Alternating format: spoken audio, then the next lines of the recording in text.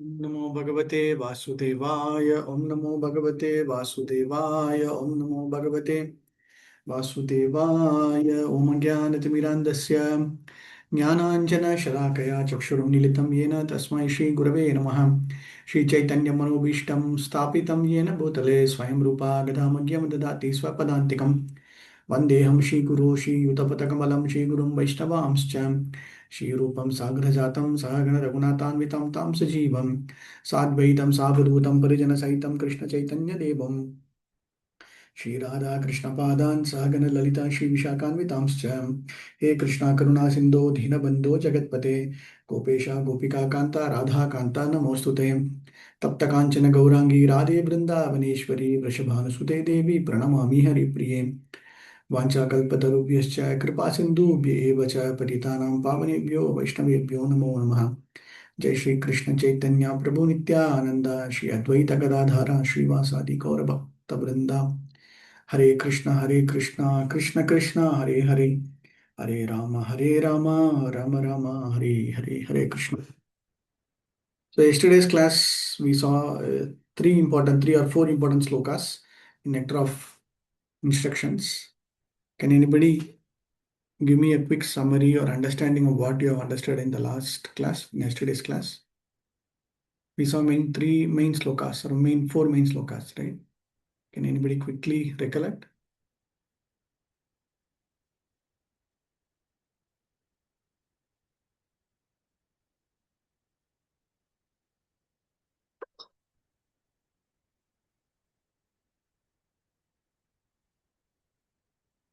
Ah, so silent. Hare Krishna. Yeah. Hare Krishna. We yesterday distinguished between Uttama Adhikari, Madhyama Adhikari, and Kanishta Adhikari. And in matters of faith, devotion, preaching, deity worship, knowledge, and association. And we said that the Kanishta Adhikari, the faith is low and growing, and devotion is only at certain places like temple. Preaching, they don't preach much, very less or not, and deity worship, they only in temples, and they have less knowledge. And they respect the Madhyam and Uttama Adhikaris in the mind, and association was they get association, was it right, from the Uttama and Kanishta Adhikari. That's what I understood. And the Kanishta Adhikari, the faith is growing steadily, and devotion to God they have anywhere, and preaching they can do more and more. Deity worship at home or in the temple, and the knowledge is also growing, and they show respect through reciprocation. And association is also association is they give knowledge to the Kanista Adhikari, and get knowledge from the Uttama Adhikari. And faith is from the Uttama Adhikari is strong and undeviated, and devotion is very high and can see everyone equal, Samadarshina. And preaching, he can take up disciples and give initiation to Uttama Adhikari. And deity worship, also he sees God everywhere. And knowledge is very strong and full matured. He is the Bhagavatam, he is the personified Bhagavatam. And respect is, we should give them full Danvat respect and obeisances. And association, we take association and give respect to them and seek for mercy. Nice. Thank you, Nidhi Mataji. I think wonderfully you Krishna. summarized. Specifically the Kanishta, Madhyama, and the Uttama across all the parameters or characteristics that we saw. Knowledge is very important. Then the association is important. Then the faith is important. Then worship is important. All the specific parameters which we need to understand and then see how do we to give. For example, giving respect means for a Kanishta Adhikari, we have to give them in through our mind, and for a Uttam Adhikari, we have to do complete surrender, and then we have to give them a lot of more respect. So in that way, we can see the understanding between the Kanishta to the Madhyama, then to the Uttama. Right? Okay, good. Yeah, so we saw 3, 4 slokas. We saw this Dadadi Pratignadi Gugya Magya. We actually started with this sloka. I think Utsaha Nishya Dhairya Taddat Karma Pravartana Sangatyaga Chato Shadbhir Bhaktir Pradishyati. This also we saw how enthusiasm, confidence, patience, and then Taddat Karma, that specific karma portions also we saw. And then in text 4, we saw about Dada Digbratignati, how the confidential matters are discussed between the devotees, and then exchange of love and affection, exchange of gifts, and then having prashadam, that part also we saw. And so, yeah, text 5 is about whatever Mataji mentioned about Kanishna, Madhyama, and Uttamadhikari. So, very importantly, this part is on Bhajana Jnanam Anyam Anya Dehi Drishtirehata. So, this sloka is also very important sloka. Okay, so it has got the details of how we will try to say. So Kanishta Adhikar is also we don't consider Kanishta Adhikar as a kind of a neophyte or a non-initiated. Kanishta Adhikar is also a devotee who is already initiated, but his Shraddha is slowly growing, and he may not know how to behave properly with the devotees. But as Kanishta, whomsoever, Prabhupada is encouraging them to move from a Kanishta to a Uttama level. Okay. So, and then Prabhupada also mentions very detail about what is meant by Diksha and how do we understand the principles of Diksha Guru, and also how do we surrender to the Uttamadhikari, and then that part also. And then chanting is also very specifically emphasized by Prabhupada in the purport. Right. So when we give association, the most important thing is what we give and how we give and versus how we take. Like from Uttamadhikari, we take more association and get their blessings and mercy. And for Kanishta Adhikaris, we give association, give love and affection, give more and more uh, love and affection and respect to them, so that they also can grow. Okay, so that way we can understand. Okay, so this is very important. I have a question, Prabhuji. Mm. Because of the Kanista Adhikari, a neophyte, an aspiring disciple, is he a Kanishta Adhikari or not? The Kanishta Adhikari starts when he gets initiated or Not, even before that. I didn't understand. yeah, not necessarily only initiated. It can be before also. Somebody who is already very clear on the path, somebody who is willing to take up Krishna consciousness, doing some activities, is also considered a Kanishta Adhikari. And Prabhupada also mentions, recalls what Chaitanya Mahaprabhu said, right? Anybody calling Krishna's name is considered as a devotee. So, which means he's ready to surrender, but he's slowly progressing, is also a Kanishta Adhikari. However, initiated devotees initially also is considered a Kanishta Adhikari, because it depends upon how do they take up Krishna consciousness seriously and then grow. So, in both perspectives, we have to consider them as Kanishta Adhikaris only. Okay, because when you go for a very detailed preaching, getting more knowledge and then more faith, and then able to see all the persons in a very uh, exact understanding, they're able to discriminate, they're able to do, then they are slowly moving from a kanishta to a madhyama level. But initially, whomsoever having that faith but still not initiated, but having that enthusiasm still not initiated, is also considered Kanishtadhikari. And initiated but still growing is also a Kanishtadhikari. Okay. Thank you, Prabhuji.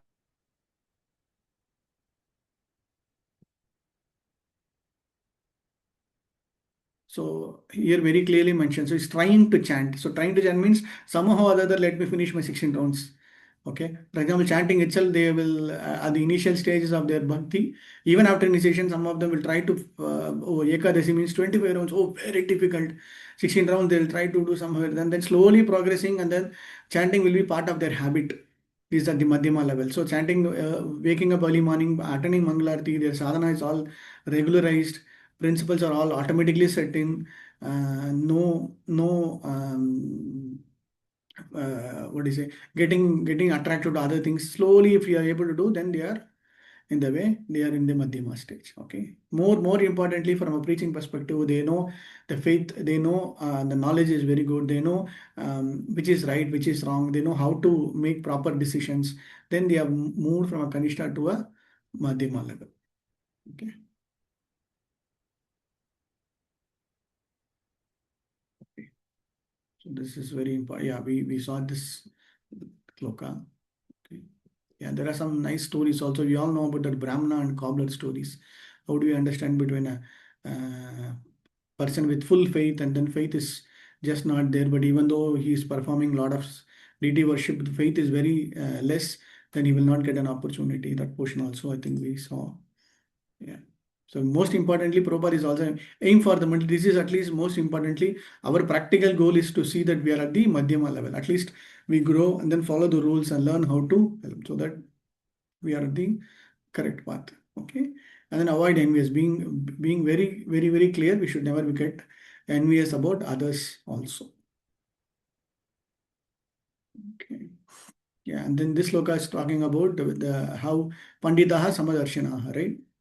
If the Pandita, if the person is able to see everybody in an equal status, where he does not discriminate, he is able to identify through a not through the bodily platform, but more from a spiritual, from an Atma or a soul perspective, is very important, right? Sunichaiva Swapakecha Panditaha Samadarshana, right? That was important. Okay, so this is more of a warning. Okay, we need this kind of warning. We need to ensure, because when we grow, we need to be very clear about, oh, this is a nice devotee, this is not a devotee, this is just a devotee, because you start discriminating between a kanishta here and this, right? But most importantly, we need to see how do we ensure that we are always on the right understanding. Okay. And most importantly, the discrimination or criticism against a devotee is the worst Vaishnava aparadha that anybody can do in the material world. Right? It is Gajasnanam or Hati, whatever, elephant bathing. Yeah, I think this one. And what is the difference between criticism and chastising? Also, because chastising, I heard so often also from gurus that it is to grow. Where is the difference between chastising and criticism? Also, this comes up now. Usually, chastising is directly done in the sense, it is done directly in front of the particular person, between one person to another person, and then that can be in either way. That is for the benefit of the for the devotee to get corrected, and and take a right path. That is on the right perspective. Sometimes chastisement also may be incorrect, because the person who's chastising may not be fully at the knowledge level, fully at the right level, and then they will be chastising somebody else who's at a different perspective, different level. That is also wrong. So we need to be very clear about chastising is more or less directly called in an English terminology scolding or reprimanding or something like that. Okay. Criticism is talking more from from the back, like, you just start criticizing, like, you don't directly talk with them, but you start putting manipulations, creating their own ways of concocted thinking, and then talking about them from a back or to other persons, so that the message goes to them. So that is more from an indirect way of doing it. Okay.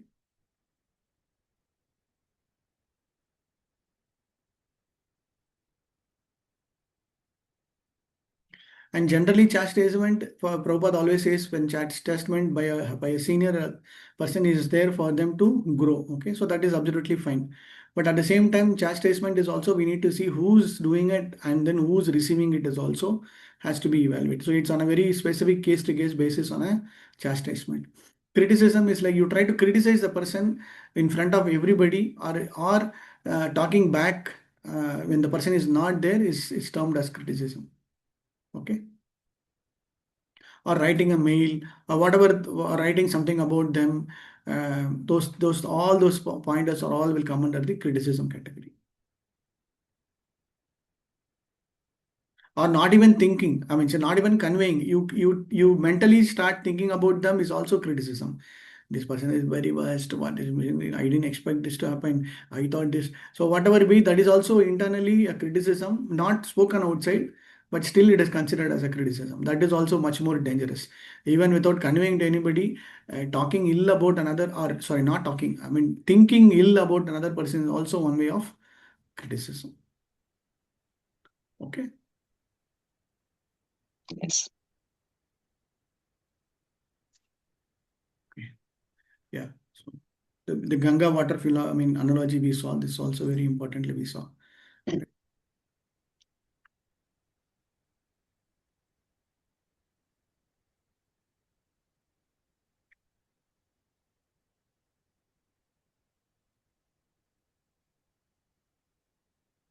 Okay. A lot of Chaitanya Charitamrita's pointers were brought in this particular section. Okay, look at that, not discount, very important. Avoid the criticizing habit. Criticizing means mainly fault finding is one very specific aspect. Okay.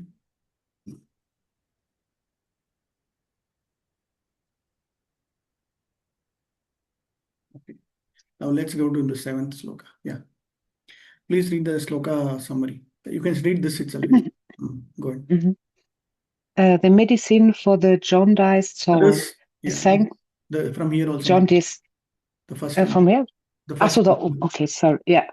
Verse 7 of Sri Upadeshamrita addresses the disease of material consciousness and provides the medical protocol for cure.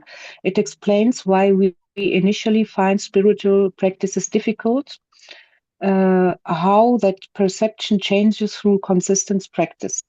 Titled The Medicines for Jaundiced Soul. The Sanskrit verse key focus. Shyat Krishna Namaka Charitadi Sitapi Avidya Pito Patapta Rasanasya Narochate Nu Kintvadarat Anudinam Kalu Sevya Mana Spadvi Kramat Bhavati Tat Gada Mula Hantri. Summary of the verse: the holy name, character, and pastimes of Krishna are all as sweet as sugar candy. However, one who suffers from the jaundice of ignorance cannot taste the sweetness. Instead, these things taste bitter. Yet, if only simple takes to these sweet activities with care every day, a natural relish is awakened and the diseases is destroyed at its root. Okay, so what is the important point? When we start, when you say connection between sixth and seventh, we need to understand who's what. But during that point of time, when we start, this is more from a typical sadhana. Like you have got initiated, we have got practice, we have our acharya, we have our sadhana practice. I'm trying to do my regular sadhana very clearly. I'm reading my Bhagavatam, I'm completing my 16 rounds. All those things are happening. Most importantly, from a normal sadhana bhakti, we might have read in Nectar of Devotion, right? From a normal samanya bhakti to sadhana bhakti to sadhana bhakti and then raga anuga bhakti. When you go towards that raga, towards that affection, love and affection, towards that prema, towards the where you will get the taste, right? So the taste is very important. That will only lead to more and more love and affection towards the Supreme Lord, right? For example, in normal material life also, when we have a common reciprocations, loving exchanges, gives here and there is one aspect of it. But the more and more we start thinking about that, and the more and more we relish, right? But we are not getting that rasa means there is something called as avidya, right? That is what is mentioned. Charatati sitapi. Sitapi means some kind of a disease, avidya, which is what? Anudinam kalo sevyamana. So how do we do it? Anudinam. So what is the only way to do is anudinam. We have to continue our regular sadhana, regular practice, regular way of activities that will devotion service, and that will only bring us the relish or the sweet nectarian taste of the particular seva, right? So what is the way, how do I improve? Mahatma Prabhu usually will say, how do we usually improve our chanting? means very solution. The only solution is available in the chanting itself. All that you have to do is just keep chanting again and again. Like Cheto Darpana Marjanam, you will have lot of dust, lot of impurities in the heart, and then it requires a lot of cleansing. So for some it will be very easy. For some the dust will be there for millions. And he'll give an example. Like when you go and open a room which is not used for many days, the dust will be accumulated. So when you start mopping or you start cleaning the floor, all the dust will come up. So that is like chanting. When you start chanting, you will get all kind of thoughts. Everything will come in your mind, right? It will disturb the mind, or it will get lot of disturbances. But what is the solution? Only solution is just keep continuing to clean up. Then only one day or the other, the entire cleaning activity will get completed and the mind will become pure. But there is no other go. Only thing is we have to just continue the same Kramat Bhavati. That's that action that we need to continuously keep doing it. Then only Tad Ghada Moola Hantri. That way, then only the root. Moolam means that root, that the last part of whatever that impurities that we have in our mind will get moved away. Okay. So when somebody says, I don't have taste for chanting, I don't have taste for hearing, I'm completely occupied. Some will say, I'm more interested in doing seva, I'm not interested in doing chanting, I'm more interested in doing cooking seva, I'm more interested in doing cleaning seva, I'm more interested in going out. So all those things are all will come. But basic principle of chanting, hearing, and then following certain principles is very important. Okay. So that is why it is called as jaundice of ignorance. And we have to be very cure. What is the cure that Prabhupada gives is to ensure that our chanting is there, and we should avoid all the basic 10 offenses against the holy name, right? So we need to follow that particular procedure. Then we can get into the very clear healthy state. Okay, so let us get into some main points. So when Prabhupada will talk about the three stages of this is Harinam Chintamani. In Harinam Chintamani, very importantly, very elaborately, the three stages of chanting is described. The first chanting, whatever that we are trying to do, either it is 16 rounds, 1 round, 4 round, it is all called as Nama Aparad, which means the Nama Prabhu. Nama Prabhu is the Krishna or the Supreme Lord who will come and dance in our tongue. That is what our acharyas say. Whenever you call Krishna, immediately he will come. When you call Hare Krishna, immediately he will come. He will stand in our tongue. And depending upon the intensity, depending upon the crying that we try to do, then Nama Prabhu will become happy. Right? But whatever we are trying, Hare Krishna, Krishna, Krishna, somebody will do Krishna, Krishna, Krishna, Hare, wrong, wrong, wrong. So all kind of meter, all kind of train running, bullet trains, all everything will go. All are considered as Namaprad. And somebody will become very slow. Hare Krishna, Hare Krishna, slowly. So that is also wrong, right? So some will open their mouth, some will not open their mouth, some will close their eyes. There are many ways of performance of chanting, right? But most importantly, what our acharyas recommend is whatever we Love. chant, we are loud is okay, but not very loud that it gets a lot of disturbance. But loud chanting is in a way where we are able, the person who's chanting should be able to hear first, irrespective of whatever the other things, whatever happening. But the person who's sometimes they shout like anything, but they will not be able to hear. Then that is absolutely wrong. And then running speed, also the meter or the tempo, we need to see how it can be managed. So there are different ways of performance of chanting, right? So most importantly, at that particular stage, it is all Nam Aparad only. Okay. The moment we call Krishna's name, our thought, our entire thing, if you are able to bring our mind, then it is get slowly moving from a normal Nama Aparadha to the Nama Abhas stage. Even Nama Abhas is also not a fully, completely clear stage. Okay, in that also Abhas, it will be like kind of partially wrong, partially on the right path, in the middle stage. Then finally, when you get into the pure state, that is called the Shuddhanam state.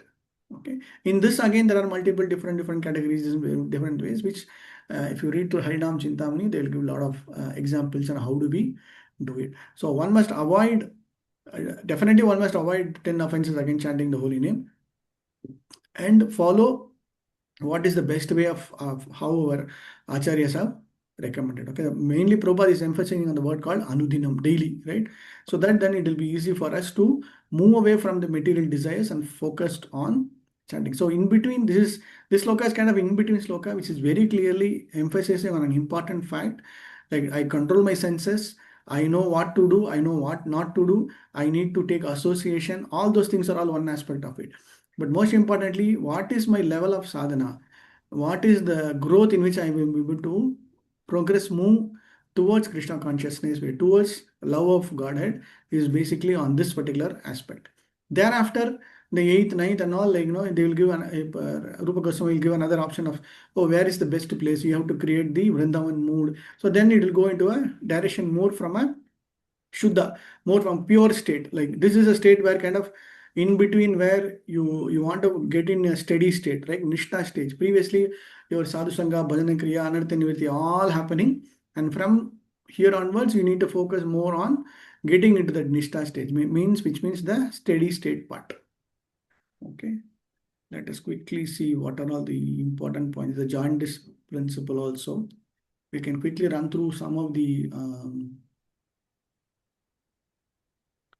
sections in the purport. Okay, chanting is the only medicine. Okay, so Prabhupada also makes it very clear. What is the only thing is we have to respect the process. And the result is guaranteed. So the result is definitely guaranteed. All that we have to do is just continue to chant the holy name. Okay.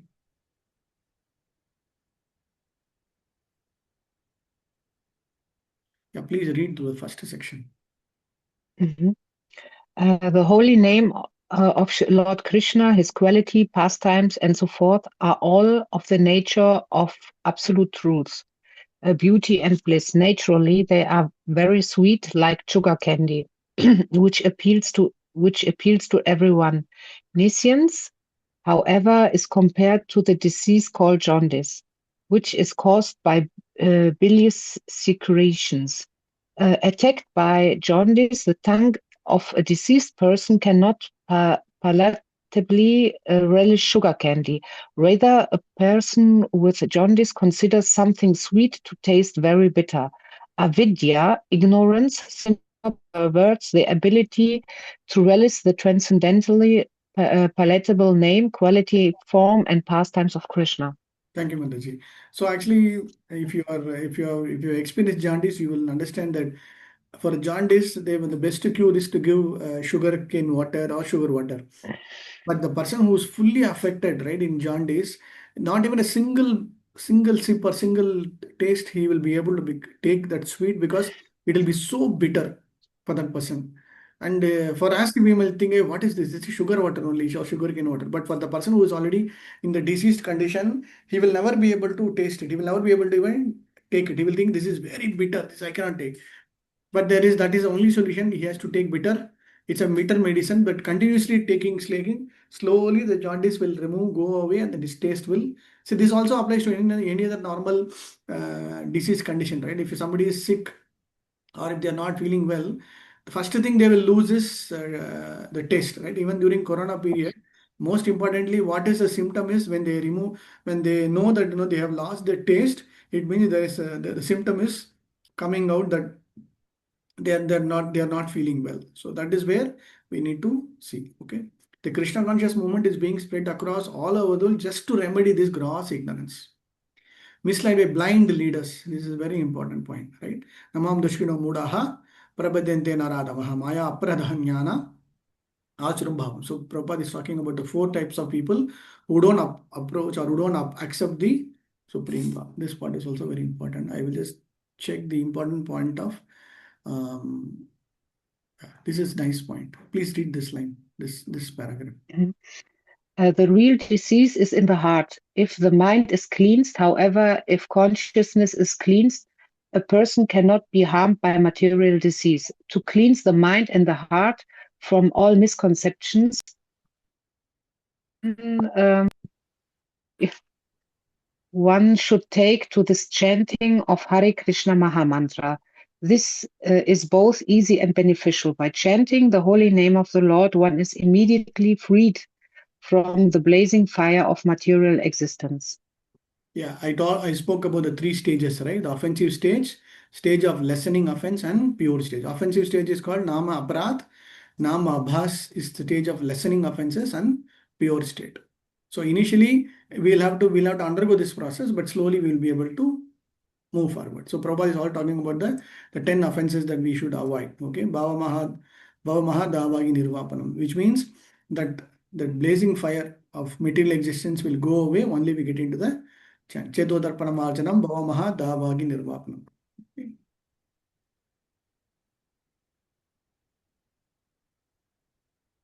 Yeah. If one is sincere, he is initiated, and this stage is called as Bhajana Kriya. Okay. And Prabhupada will talk about Bhajana Nandi part, which means like, we are more Bhajana Nandi, and where we are always associated with devotees, doing chanting, doing kirtan, doing reading, everything is always together. It is not that we always, somebody will say, okay, let me go make a, during Prabhupada time, when he got a lot of inspiration about going to Mayapur. Then he told Prabhupada, I will go to Mayapur, I'll set up one kutir, and then I will just start my chanting. Then Prabhupada said, no, you cannot stay longer staying alone. No, I will do it. So he went, and then barely he could stay alone for 3 months, 6 months, and after that he completely disappeared. Which means somebody will say, oh, I will, for me, being alone, just continuously chanting is the best thing. That is not the case. We have to be associated. We have to get association. We have to take association also. Okay. Very important. So as I mentioned, anarthas, this is the only way where all our anarthas get completely moving. Then only we will be able, if it cannot disturb a devotee, he attains the bhava stage. So we have to move from anartha nivri to the nishtha stage. So this sloka is all about moving from all the calamities of anarthas, whatever that come, through regular association, through our satsangam, through strong faith, everything will be in a cycle way. And then slowly we'll move into the nishtha stage. Okay. Yeah, Krishna Surya Sama, Maya Haya Andhakara. Yaha Krishna Taha Nahi, Maya Adhikara. So when Krishna is there as sunshine, there is no Maya, which means the darkness is completely eradicated. When sunshine comes, immediately darkness goes away, right? So immediately whenever somebody takes up Krishna consciousness, it means he gets the knowledge of what is that is specifically to do from a devotion service perspective. Okay. So by taking Krishna consciousness, one gradually becomes liberated and remains in the life. Okay. Clear? Okay, let's go to the next sloka.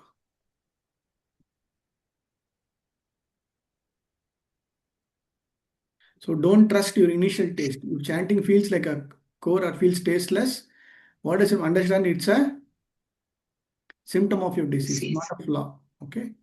So consistency is the king. Very important, right? We saw the boat. Respect the process. We cannot just like that, okay, we can skip it today, we can do it, so that is okay. And then fourth important point is giving. The result is definitely guaranteed. Okay. Okay, let's go to the next sloka. Clear? This sloka is clear? Okay. This sloka is very Tannama Rupachara Sarita Adi Sukritano. Okay, very nice sloka. Rasana Manasini Yoja. Yeah, please read this. Anybody else can read this? Yeah.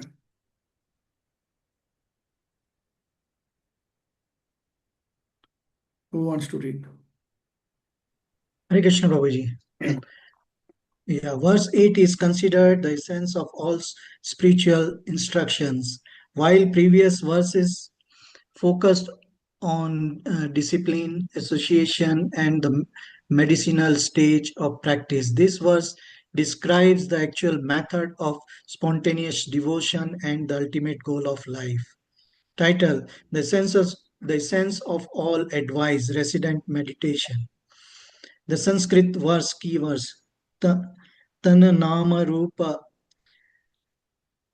Charitadi Charitadi Sukritanam Smrityo Karmanna Rashana Manasi Niyojaya Tisthana Vraje Tad Anuragi Jananu Kami Kalama Nyad Akhilam Iti Upadesha Sarama. Summary of the verse: the essence of all advice is to utilize one's tongue and mind in chanting and remembering the holy name from qualities and pastime of the Lord. This should be done while residing in Vraj, Vrindavan, and following in the footsteps of the Lord's beloved devotees. One should spend every moment of the time in this way. Thank you, Prabhu. So Tan Nama Rupa Charitadi Sukritam. So whatever we are able to do through our tongue and mind is remember Tan Nama Rupa Charitadi. Okay, which means we have to remember his name, we have to remember his holy name, we have to remember his beautiful form and Charitam, his wonderful pastimes. How do we do? We have to create the mood of Vrindavan, create the mood of Vrindavan. So it doesn't mean that we have to go to Vrindavan and do it. Wherever we are, at our home, at our office, at our temple, wherever we are, which means the moment you start chanting, this is one of the ways when we do this chanting workshop every day.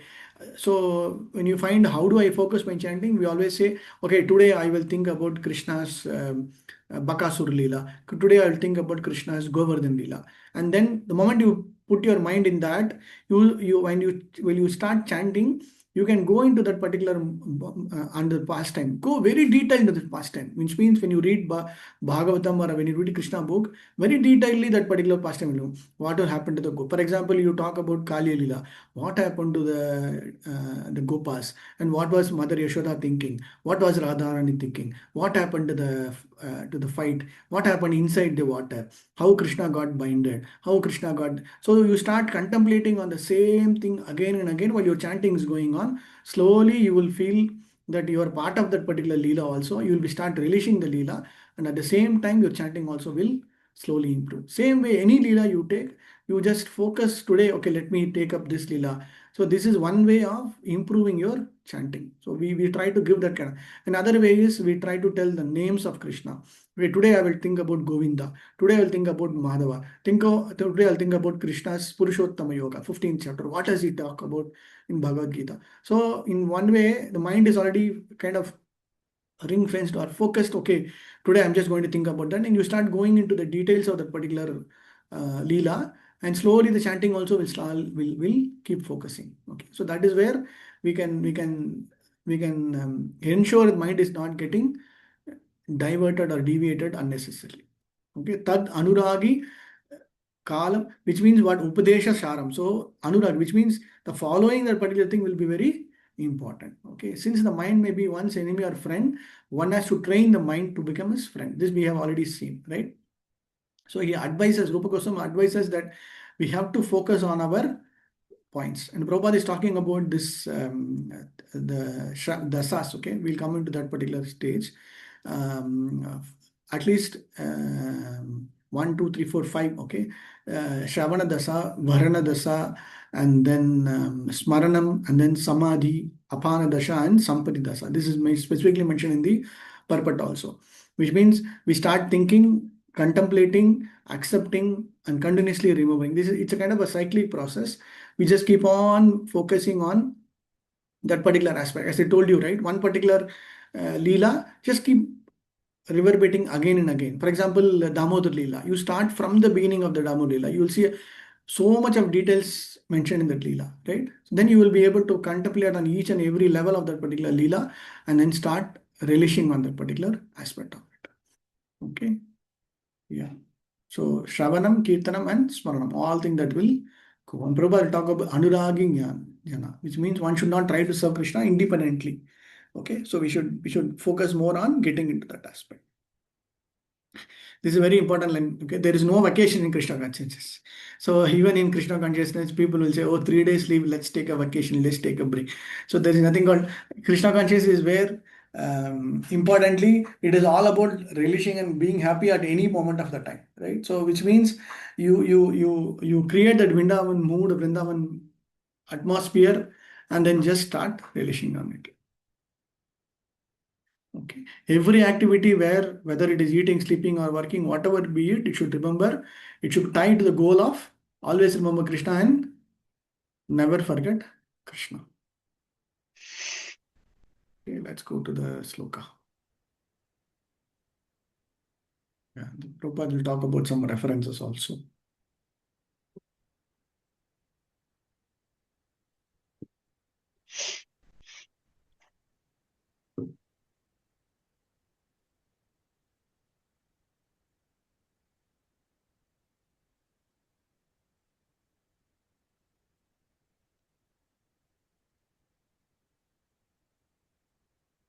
Yeah, read this first paragraph. Okay, but Purport. Since the mind may be one's enemy or one's friend, one has to train the mind to become his friend. The Krishna consciousness movement is specially meant for training the mind to be always engaged in Krishna business. The mind contains hundreds and thousands of impressions, not only of this life, but also of many, many lives of the past. This impression sometimes comes in contact with one another and produce contradictory pictures. In this way, the mind functions can become dangerous for a conditioned soul. Thank you. Student of okay. Thank you, Prabhu. I think that's fine. So, yeah, at the time of this sloka, we all know Yamim Abhismaran Bhavam and then Anta Kale Chamame. These two slokas, I think mostly we all know, right? Yes, but yeah, this please read this perfect translation. Yeah. A devotee should always reside in the transcendental realms of Braj and always engage in Krishnam, Smaranam, Janam, Chayas, Chashya, Prastham, the remembrance of Sri Krishna and his beloved associates. By following in the footsteps of such associates and by entering under their eternal guidance, one can acquire an intense desire to serve the Supreme Personality of Godhead. Okay, thank you, Prabhu. Maybe I'll just quickly take up one particular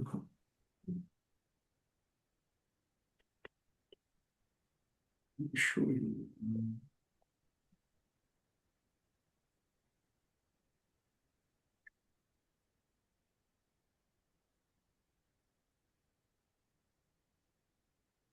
Tomorrow, next week, maybe Monday, Saturday or Sunday. Sunday we'll go for a complete regimental parikrama, and then complete on.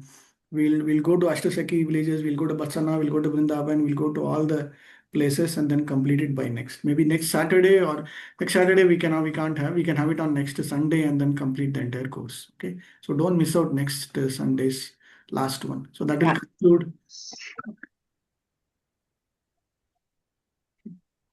Just wanted to show something. What is it?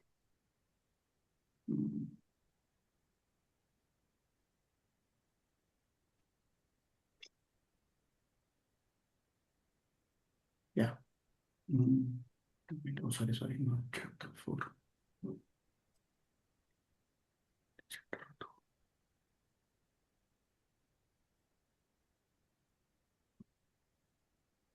We will just take a 5-minute understanding about what is Sura. You might have studied in second chapter, but most importantly, you need to. Can somebody let me know what is the difference between mind and intelligence? Nobody knows. Prabhupada says is one of the lectures, and I have listened to few Maharaj as well. They said sometimes that no, it's different actually. It's with education. Like intelligence has nothing to do with education. Like if you have a superior mind, intelligent mind, it does not mean that you are intelligent. And for example, he gave the boat example, like where two people are crossing the river, and one was asking, hey, what you have studied, to the boatman. Then he said, no, I did not study anything. Hey, what you're doing, you're wasting life. I studied this and this, and I have that degree, this degree. Then suddenly the time comes when they have to jump from the river. So the guy jump who is doing the boarding of the boat, and he knows swimming, but the other guy don't know swimming. So at that moment says that intelligence has nothing to do with the mind. Like, Okay. yeah. No problem. Thank you. So very important, as Bhakti Shastri students, you should know what is the difference between mind and intelligence. Okay. So why do all of us will understand, okay, we should control our mind. Nobody is going to say, because controlling your mind is essentially important because you need to have some focused attention. You need to do some fixing on the understanding of what is to be given, concentration, either for studying, whatever be it, or performing a particular action also, right? So your thoughts have to be controlled. What is that we need to understand is more important. Why do we have to control? Two things. One, why do we control? One, sometimes mind is going back and forth here and there because there might be a fear, there might be frustration, there might be some doubts, some lot of stress. So in that way also we need to control. Is more from a negative aspect. On a positive aspect also, if you want to get peace, if you want to have happiness, if you want to have some kind of enlightenment, knowledge, bliss, then that for that also you require to control the mind. Okay, so it is just like either way, controlling the mind is definitely required. So everybody will accept it. There's no doubt about it. What does the mind typically do is all these three concepts. Okay, what does the mind typically do is whenever definition of mind always does these three things: feeling, willing, and thinking. There is no intelligence here at all. Okay, so mind will always do feeling, willing, thinking. Whatever it is all triggered through the senses. Whatever the six senses we have, it will trigger through. So feeling is different, thinking is different, and willing is different. You can put one small example and then decide. You can think about certain aspect, but you will not get the feeling. Okay, you want to do a particular activity that is willing, but you will not be having that feeling. So sometimes all three are sometimes all three have its own definitions. So you need to be very clear when you use the word I'm thinking, I'm doing it, which means you don't have the feeling.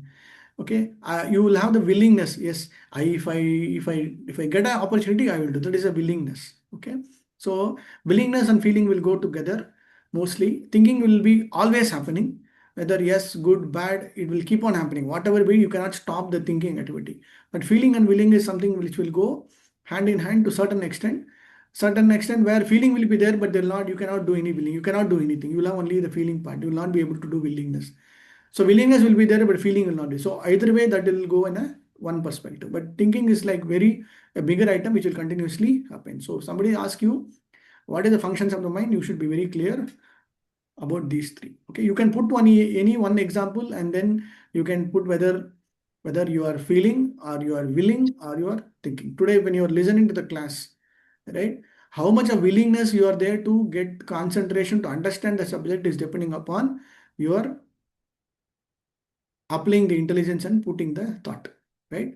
So which means you might be thinking here, you're sitting in the class, but your thinking will be somewhere else, which means you don't have the feeling and willingness.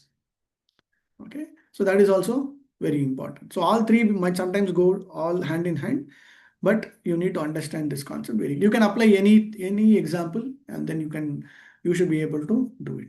So how does the mechanism of the mind works? This is all from a science perspective. You all know this karmendriya and jnanendriyas, right? So which means your senses, which are all the jnanendriyas. Jnanendriyas are nothing but the indriyas which acquire knowledge. And based on the indriyas that acquire knowledge, the sense organs of the karmendriyas will perform. Let's say I see a particular thing, then the legs and hands will go towards it, right? Your tongue, your taste, you are hearing something. Immediately let's say you are in a different room, you are hearing something. Immediately you want to go and see, which means what? Immediately it will trigger the walking, it will trigger the hands, everything, and then you will go to perform that particular activity. Right. So let's say you are hearing a beautiful kirtan. Automatically your mind will focus and you will also start singing, or you will also start repeating whatever that is mentioned, which means based upon the jnanendriya and the mind, whether it is feeling, willing, or thinking, then it will invoke the karmendriya part. Okay. So far clear?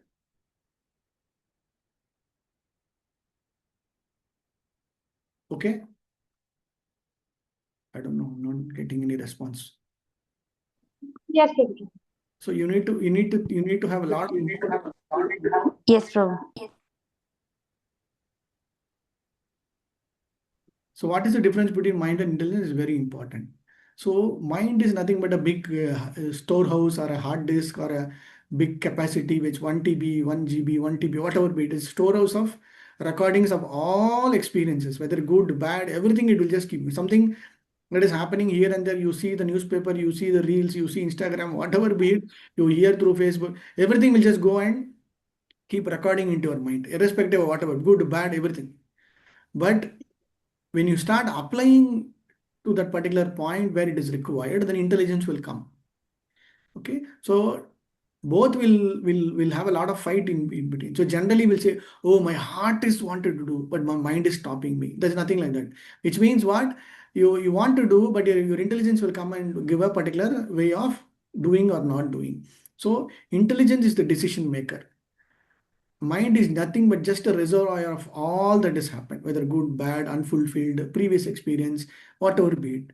Most importantly, you have to utilize the intelligence to guide the mind.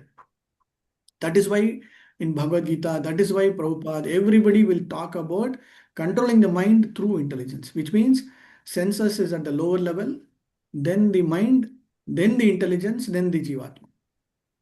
And where's the remembrance? The remembrance of the past. Where is it there? All in the mind only. All in the mind. Okay. Okay, all in mind only. That is the center of all activities. It's a big reservoir. As I told you, let's say you have an hard disk, a storage. You keep recording again and again, again and again. So many things over the last 20 years, 30 years, whatever happened, you might have had some good experiences, some bad experiences. Certain things will be always remembered. Certain things you might forget during the course of time. So that will have happen. But that is all in the storage house of the mind only. Okay.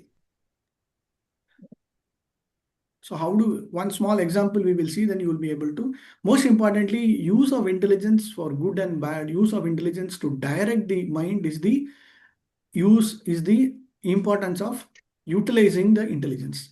Which means when you start utilizing intelligence, knowledge will come. How do we get the knowledge? Is based upon whatever you have received earlier through this mind and experience. So from the mind, it will go and pick it out. Okay? We'll go for an example, then you will understand. I'm just giving a small example. You're able to see the screen.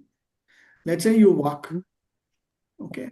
And first thing, when you keep walking, you will see the first thing what will happen is your jnanendriya, your eyes will just see a particular object. Let's say your cake shop or a particular sweet shop, whatever be it.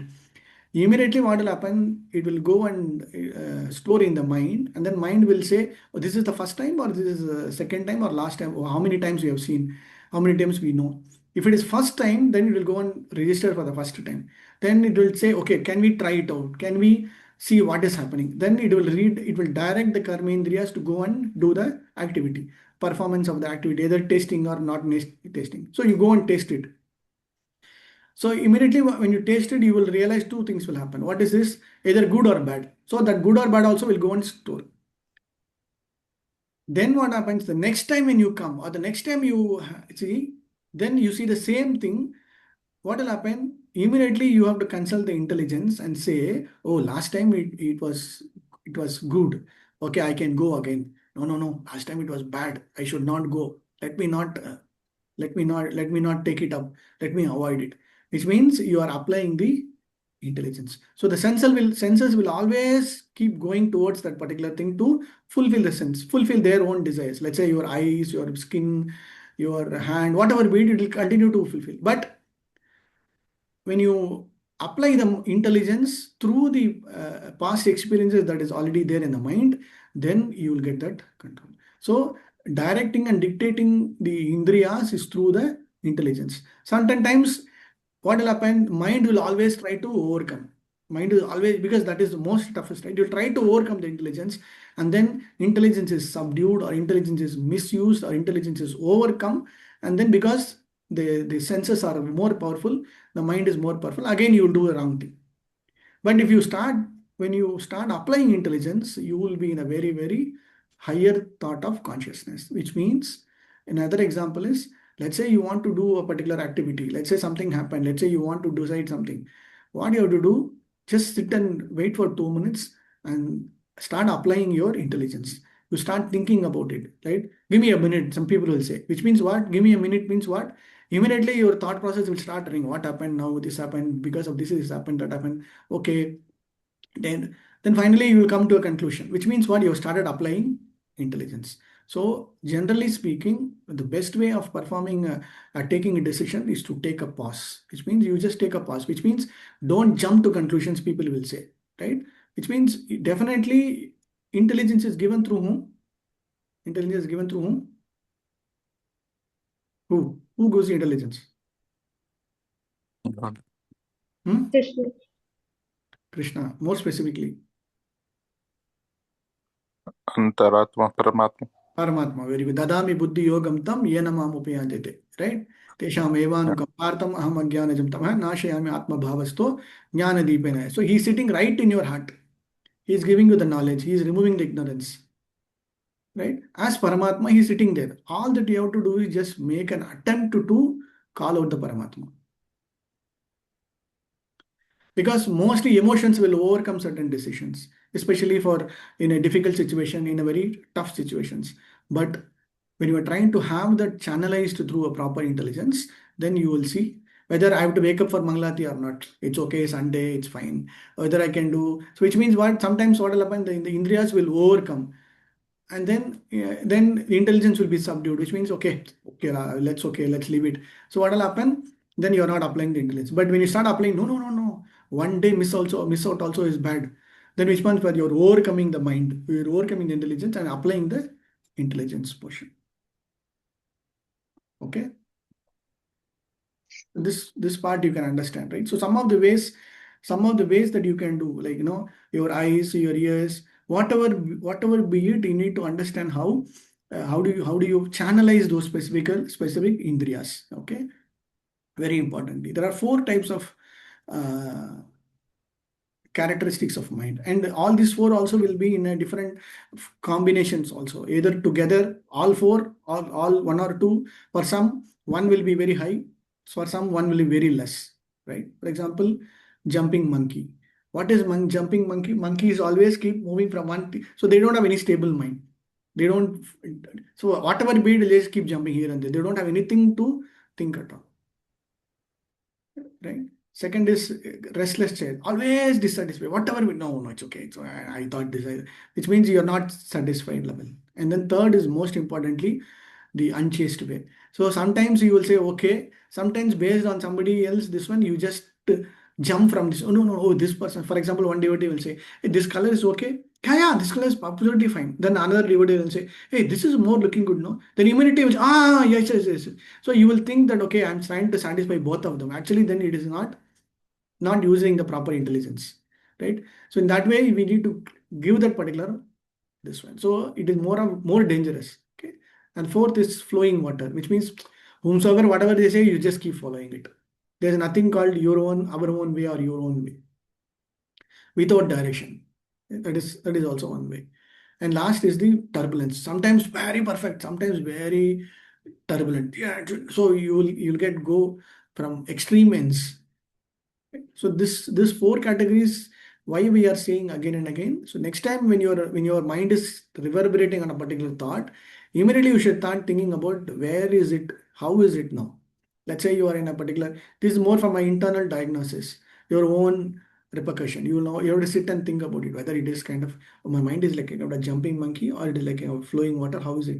Then immediately you will know the solution for any problem. The source is more from indriyas and from the intelligence and from the mind. Then you will get to understand about the solution part of it, right? So if you don't get the solution, the intelligence will again say, go and approach a senior person, go and approach a particular devotee, go and approach your parents, go and approach your husband, go and approach your wife, whatever be it. So that they will also give some ideas and thoughts and then guidance, and then accordingly you will be able to take proper decisions. Okay. So we all know dhyato vishayan pumsa sangastejo bhujayate sangat sanjayate kama krodho bhujayate krodhat bhavati sammoha smriti brimsat buddhinasho pranashyati. We all know about that. Attachment leads to lust, anger, greed, and then delusion of mind. This is very important aspect. Correct. So how do we conquer? More from all these principles that whatever we say. Prabhupada, Krishna will talk about a lot of types of yoga, right? So our regulations, our tolerance, all those things will.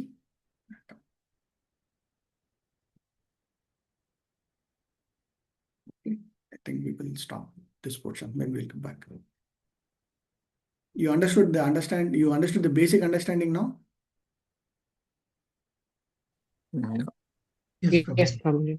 Okay. See why we are repeating and emphasizing on this part. This is all knowledge as Bhakti Shastri graduates. When you come out, when you say it is not about easily examining, passing the exam is nothing. repetition of slokas is also important, but how much of knowledge you have gained, which you can apply for yourself, which you can take it to others, is also very important. One is your own personal application, and then the preaching application, and then understanding about how our acharyas, how Prabhupada and all have given so much of knowledge, and then appreciate them also. Okay. Okay, I think this is fine. Let's continue.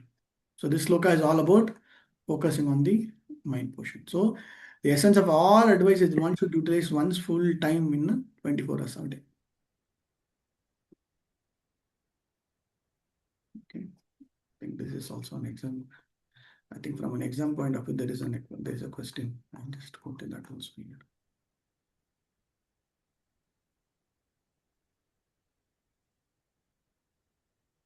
Okay, let's go to the next sloka. So you are all clear about what is the difference between mind and intelligence? Yes. Yes, Prabhu. Clear. Okay, let's go to the next sloka. We'll go to sloka number. Yeah. So mind and tongue partnership we have seen. Spiritual geography. Spiritual geography is what creates Vrindavan in your heart through constant remembrance. So wherever Radhanath Maharaj will always say Vrindavan is not somewhere else. Vrindavan is always there with you in your heart and your home also. Right? We follow their footsteps and then Anugami. Okay. Yeah. Please read the 9th sloka. From here you can read. Yeah. Verses 9 of Sri Upadesamrita establishes a spiritual hierarchy of sacred places. After the previous verse instructed the devotee to reside in Vraja, the verse explains that ontological reasons why Mathura, Vrindavana, and specifically Radha Kunda are considered the highest locations in the universe. The hierarchy of holy places, the Sanskrit verse key focus, Vaikuntaji Janito Vara Madhupuri Tatrapi Rasa Otsavat Vrindavanyam Udara Pani Ramanat Tatrapi Govardhana Radha Kundam Ipahi Gokula Pate Premamrita Plavanat Kuryat Asya Virajato Giritate Sevam Vivekina. Summary of the verse. The holy place is known as Mathura is specifically superior to Vaikuntha, the spiritual world, because the Lord appeared there. The superior to Mathura is the forest of Vrindavana because of the Rasa Lila pastimes. Superior to Vrindavana is Govardhan Hill, for it was raised by the divine hand of Krishna and was the site of his varied loving pastimes, and all above, Radha Kunda stands supreme, for it is the overflooded with ambrosial nectar of the love of the Lord of Gokula. Okay. Yeah, so it gives the hierarchy. Thank you, Mataji. It gives the transcendental hierarchy. Yes, ma'am. So which means what? Vaikuntha is very good, more from an Aishwarya Bhava. Aishwarya Bhava means you have that on reverence, you give that proper respect to Krishna in the form of Vishnu, and then giving all kind of respect, paying that obeisances, doing the upacharam. Upacharam means the Shodacha Upachara. Shodacha Upachara means all the 16 types of upacharams or kind of services that we do the Supreme Lord. So all from a Vaikuntha perspective. So mostly from the Sri Sampradaya, Ramanujacharya Sampradaya perspective, their main aim is to have that Mahavishnu or the Supreme Lord doing from an Aishwarya Bhava. So that is also one way from a normal Shantaras perspective, which is also absolutely fine, which is also good. At least to that level, they are okay. There are many millions of Vaikuntha Lokas also and millions of Lakshmi Devis also serving the Supreme Lord there. And what our acharyas recommend is above Vaikuntha Loka, superior in terms of the rasa, in terms of the taste, is the place where the Lord was born, which is also very important, the Mathura. And then above Mathura is Vrindavan, where Krishna did a lot of wonderful pastimes. Okay, if you go to Vrajabhumi, you can understand the bliss of Vrajadham. Right? But in Vrajadham also, on Sunday we'll go to different types of forest. It's not Vrindavan is not just one forest. There are primarily 12 main under Vajamandal Parikrama, there are primary 12 forests Vrindavan is among the 12 forests. Vrindavan is just one forest. There are Madhuvan, Talavan, Kumudavan, Bahulavan. There are so many Vanams, right? And then there are Upavanams also. There are about 48 Upavanams within the main 12 Vanams. Okay. So now if you go and ask where is the Upavanams, it may not be there, but go very deeply to a specific understanding, you will understand. So within that Vrindavanam, Krishna and his friends, Krishna and Gopas, Krishna and Gopis, done a lot of wonderful pastimes. That is one aspect. But within that also very specifically is Govardhan, because Krishna himself manifested as a Govardhan. Krishna and the Gopis did a lot of specific pastimes, wonderful, amorphous, nice pastimes in Govardhan. Right? So that is why our Acharya always recommend when you do the Vrajamandal Parikrama or Vrindavan Parikrama, you always do Govardhan Parikrama also. Right? So in Govardhan. And then within Govardhan also, most importantly, the Radha Kund and Shyamakund. That is where, why? Because Chaitanya Mahaprabhu recommended. So most importantly, because Chaitanya Mahaprabhu carries the mood of Shri Radha Krishna, Srimati Radha Rani. Radha Rani's bhava she carries, right? So Krishna wanted to understand what are the feelings of Srimati Radharani. Nobody can able to understand. So Krishna himself incarnates as a devotee of Krishna in the mood or in the bhava of Chaitanya, the bhava of Srimati Radharani to understand that, right? So that is where he emphasizes that Radha Kund is the most important point for us. Okay. So importance not realized by other sampradayas, it is more from our sampradaya. So people will not, they just come as two. Nowadays also, right, if you go to Vrindavan, Brajbhumi, all people come as two. They go to some specific temples here and there, and then they just finish it up within one day, right? But that is not our sampradaya's recommendation. Right? So that is more important. Okay. Yeah, please read this also. Key points from Srila Prabhupada's purport. Why Mathura is superior to Vaikuntha. Srila Prabhupada explains that while Vaikuntha is the eternal spiritual abode where the Lord's majesty is worshipped, Mathura is superior because the Supreme Personality of Godhead, Krishna, chose to appear there as the son of Vasudeva and Devaki. Appearance, Janma, adds layer of intimate sweetness not found in the formal atmosphere of Vaikuntha. The progression of intimacy. Vrindavana, superior to Mathura because it is the site of the Rasalila, where the Lord enjoys spontaneous, loving exchanges with his devotees. Govardhan Hill, superior to Vrindavan because Krishna performs miraculous pastimes here, such as lifting the hill to protect his devotees, and it is served as the playground for his intimate dealings with the cowherd boys and the gopis. Radha Kunda, the absolute pinnacle. Prabhupada notes that Radha Kunda is at the foot of Govardhan Hill and is the most exalted place because it belongs to Srimati Radharani, the most beloved to Krishna. The call service. Prabhupada emphasized the final line of the verse, what intelligent person would not serve this Radha Kunda? He explains that an intelligent Viveki person is one who understands the gradation of spiritual love and seeks to serve at the highest point of that love. Hare Krishna. One second.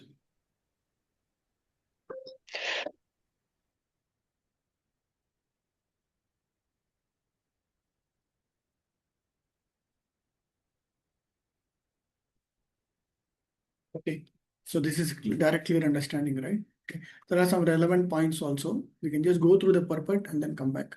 And these two slokas go hand in hand. This 9th, 10th, and then the 11th is 10th and 11th also. Okay. So 10th is all about, so this sloka, 9 slokas emphasizes upon the hierarchy of the different places. And then 10th sloka is all about hierarchy of the different types of people, the karmis, jnanis, bhaktas, and among the bhaktas, the gopis are the topmost, and among the gopis, Srimati Radharani is the topmost. Okay. So karmi biyaha parito hare priyataha vyaktim yayur jnani tebhyo jnana vimukta bhakti paramaha. So karmi, jnani and bhakti is at one level. But within that, prema eka nishtaha tebhyo. So in this also, most importantly, all the gopis are with. But in that also, who is Sa Radhika Preshta Tad Bhagyam Tadiya Sarasi. So which means everybody having a gradual progression from a normal karmi. Within karmi also you have sakama karmi, nishkama karmi, all those there is aspect. Okay, then the so-called jnanis. Then we have the bhaktas, right? So all having that particular level of sadhana bhakti and samanya bhakti. Then you get into the sadhana bhakti. Then you get into the prema bhakti by the gopis. But within that gopis, who is the topmost varishta is Srimati Radharani.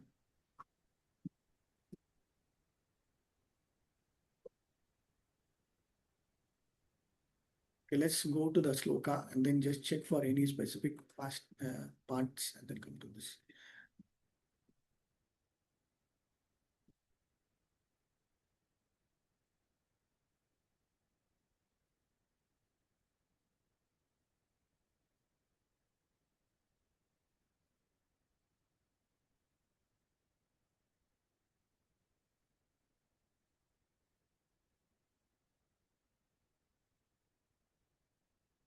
Yeah, I think you can read this section very nicely. Prabhupada will talk about the different, how the world is different categories. This, just for a quick understanding, you can read. Yeah, please. Mhm. The spiritual world is 3/4 of the total creation of the Supreme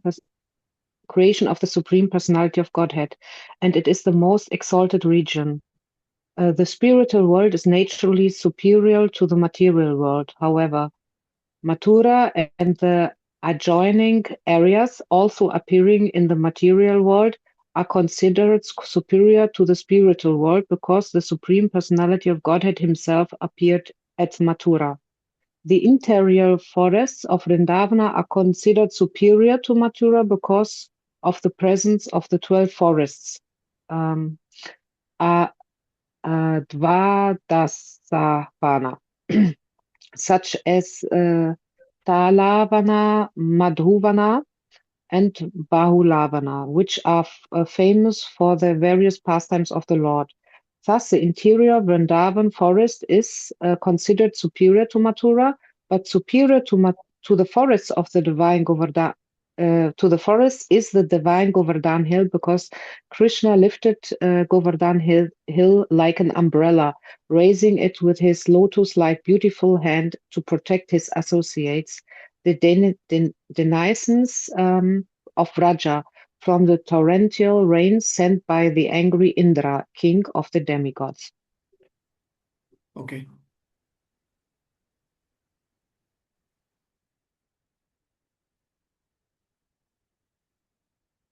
Give me 1 second.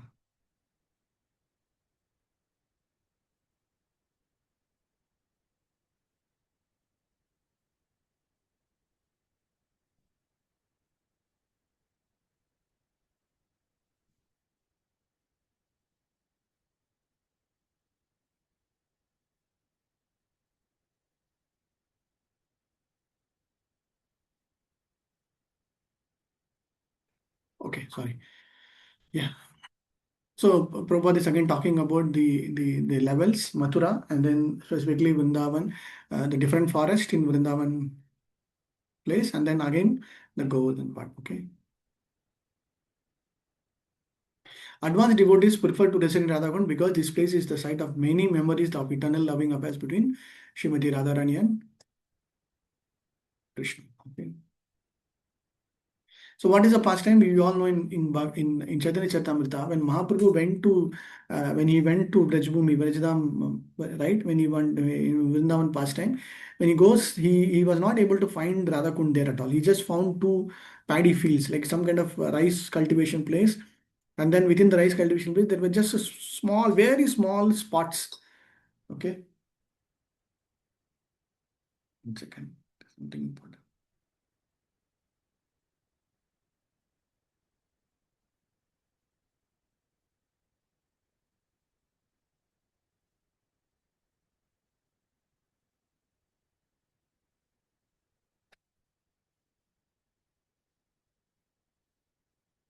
Okay. So the moment he saw that, what he did, he just started taking bath. It was kind of completely black. One One water spot was completely in black color, and then other was some kind of a different muddy, completely muddy. But still, he just went there, he started taking bath, and everybody were astonished. And then he told, "This is Radha Kund, this is Sham Kund." And then he found. Then what he did, when he went back and told about this to the Goswamis, and then he specifically told them to excavate and do. So initially, the Rupa Goswami, Sanatana Goswami did a basic thing, but after that, who majorly did an excavation and then did everything very thoroughly was Raghunath Das Goswami and Jiva Goswami. So Raghunath Das Goswami got a wealthy merchant, and in his dream, he was supposed to build a temple in North India, in somewhere in Jaipur. But then he understood that this particular kund is very important, and to excavate all the everything, it requires money. So he came and approached Raghunath Das Goswami, and Raghunath Das Goswami and Jiva Goswami utilized that entire wealth or entire money given by the wealthy merchant, and then to make that particular Radha Kund and Shama Kund very thoroughly. Today, if you see, Radha Kund will be in a very structured rectangle shape, whereas Sham Kund will be in kind of an octagon or an hexagon kind of a irregular shape. Okay, that also has got a organizing. So in a way, tomorrow, and since in next class we will go into the details of all those specific understanding of how Radha Kund, and you'll know the story of Bahulashtami, you know the story of how Radha Kund, Shama Kund appeared right after killing Arishtasur, that village, that gram, that place is called as Arishtasur village, right? Earlier days. And then it became Radha Kund. It's a town, it's a very small town. So in the next class, we will go into that. But most importantly, why? Because Mahaprabhu desired to find it. Okay, so that is the most important understanding. And thus, Radha Kund is mainly worshipped by Gaudiya Vaishnavas in the followers of Sri Krishna Chaitanya Mahaprabhu. Okay. Most importantly, the importance of Radha Kund, however, cannot be realized by other sampradayas. Nor can persons uninterested in the devotion service of Chaitanya Mahaprabhu understand the spiritual importance and the divine nature of Radha Kund. Okay, very important. For example, some of the Maharaj, they will not even touch their leg they will not even go into the pond. They will just take prokshana. Prokshana means just take some little water and sprinkle on their head. And some of the devotees will go and take bath during Bahulashtami. And I know many devotees come back and say, after taking bath without any proper consciousness, they'll say, oh, lot of skin itching, lot of I feel little. So which means they have not understood the spirit and essence of Radha. Even many times I know a lot of devotees go take bath in Yamuna or take a dip in Yamuna and come back and say, oh, a lot of itching, lot of this, which means it is better not to take at all. Right? Yeah, and there is a procedure to take a dip also. It is not about bathing. People don't have a proper word to use. It is not bathing. It is taking only a dip. You're supposed to go inside the water 3 times, 1, 2, 3, and just come out. That's all. It is not that you just go and then enjoy the waters. No, we are not. We are not even qualified to do that. Okay, we are taking the prasadam out of that water, the mercy of Srimati Radharani out of that water. Okay, so these things we'll cover maybe in the next session, but understanding Radha Kund is not an ordinary way of understanding. Okay, so that it will set up precedence.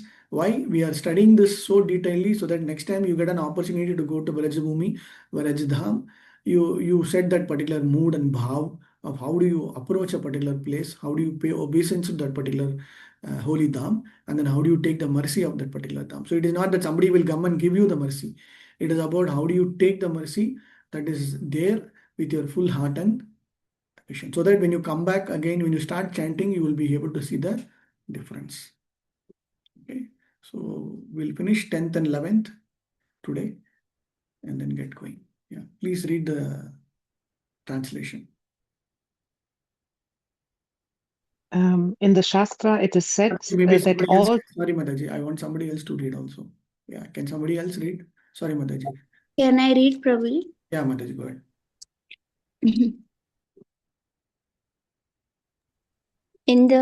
In the Shastra, it is said that of all types of fruitive workers, he who is advanced in knowledge of the higher values of life is favored by the Supreme Lord Hari. Out of many such people who are advanced in knowledge, that is Jnanis, one who is practically liberated by virtue of his knowledge may take to devotional service. He is superior to the others. However, one who has actually attained prema, pure love of Krishna, is superior to him. The gopis are exalted above all the advanced devotees because they are always totally dependent upon Sri Krishna, the transcendental cowherd boy. Among the gopis, Srimati Radharani is the most dear to Krishna. Her Kunda lake is as profoundly dear to Lord Krishna as this most beloved of the gopis. Who then will not reside at Radha Kund and in a spiritual body surcharged with ecstatic devotional feelings? Of Prakrit Bhava rendered loving service to the divine couple Sri Sri Radha Govind who perform their Ashtakaliya Leela, their eternal eightfold daily pastimes.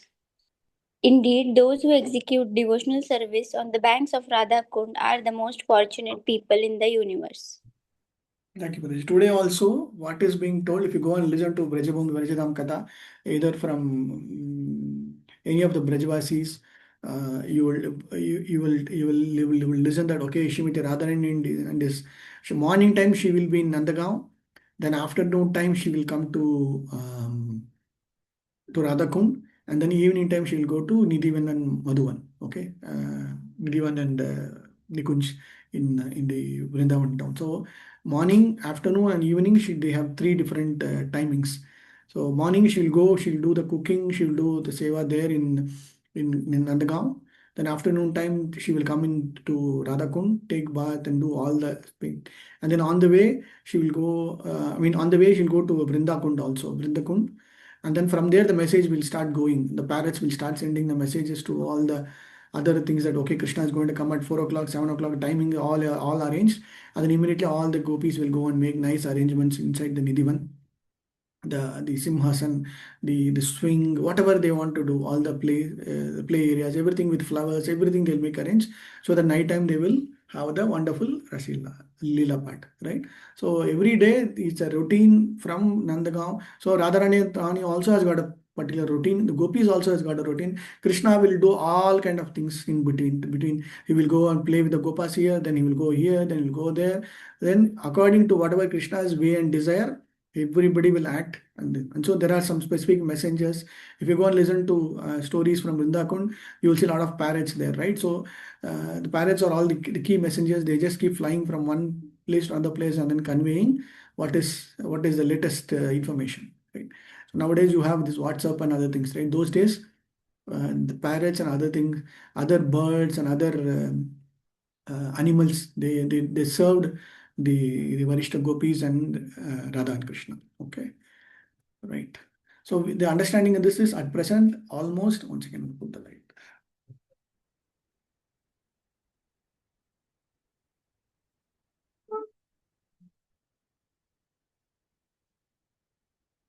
So most importantly, everybody are karmis at some point of even among the devotees. From a karmi state, they are moving to next state, right? So karmi is where you want to perform certain karma based on the rules and regulations according to Vedas. But again, you do some kind of devotion service to the Lord, that is also accepted. So it is not that this is not accepted. Everything is accepted at different levels. That's all. Okay, that is most important. That's why Prabhupada is mentioning all type of fruitive workers who is advanced knowledge of higher values is favored by. So it is again, it is not that it is Krishna doesn't accept them. So Krishna accepts even the karmis because at some point of the time they are also following the principles, they are following the rules and regulations, they are accepting the Vedas and they are offering, right? So that offering is always directly coming to the Supreme Lord also. So that is also okay. But whether it is the best, no, right? They are at the LKG or at the primary level. Then you get this, then the primary, then the secondary, and then the final one. Okay.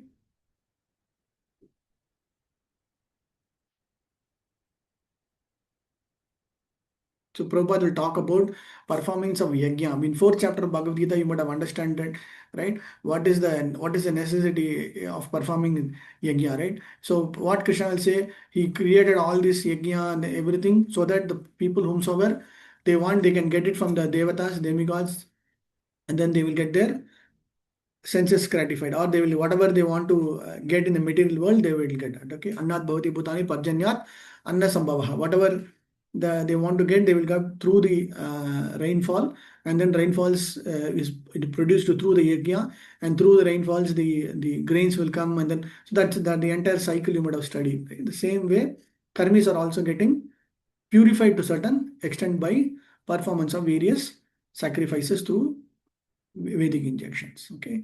Then karmis, and among karmis we have dealt understanding about karmas, vikarmis, and we have seen in Nectar of, sorry, in Ishopanishad we have also seen about karmis, vikarmis, and other things also, right? So Prabhupada is going very detailedly about karmis, and then among the karmis you have karmis, vikarmis, and akarmis. So who was better? Vikarmis are worst. Worst, better is karmis, and more better is the akarmapas. Okay. So Krishna is so kind that he fulfills the desires of karmis and jnanis, not to speak of the. So when Krishna is able to fulfill the desires of even the karmis and jnanis, definitely Krishna will fulfill the desires of all the bhaktas also, right? Nunam pramata kurte vikarma yat indriya priyata apnoti. It's very nice sloka. So Prabhupada is talking about specifically on the understanding where all these materialist peoples are working like hogs and dogs, right?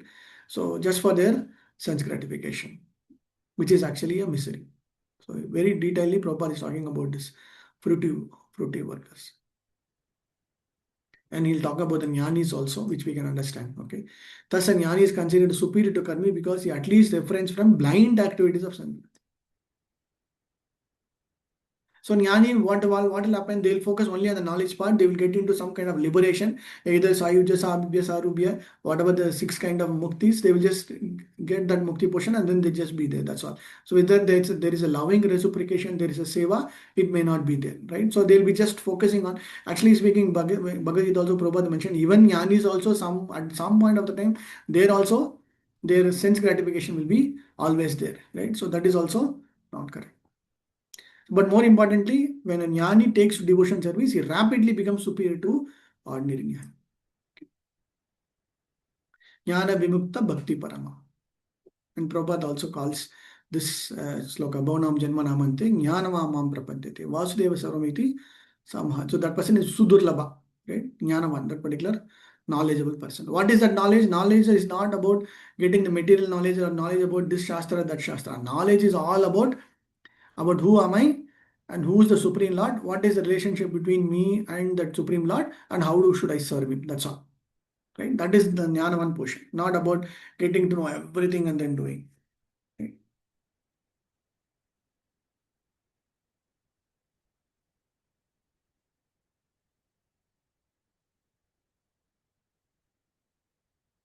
The devotees who have developed a love for God are certainly in an exalted position. But in that, who is the topmost is of all the devotees, gopis are recognized because they don't know, most important, unless they cannot forget Krishna. That is the difference between all others. They don't know anybody else other than Krishna. There is no difference between thinking of Krishna and associating with him. Right? It is in the Vipralamba Seva, right? Vipralamba Seva, we all understand. What is Vipralamba Seva? Vipralamba Seva is separation, Seva in separation. Right? Very important. So this Mahaprabhu directly demonstrated that. It's not that, okay, I have to do in the presence only, I'll be able to know. In the absence of that particular person, if you are able to do a lot of more seva, that is considered more relishable and more enjoyable.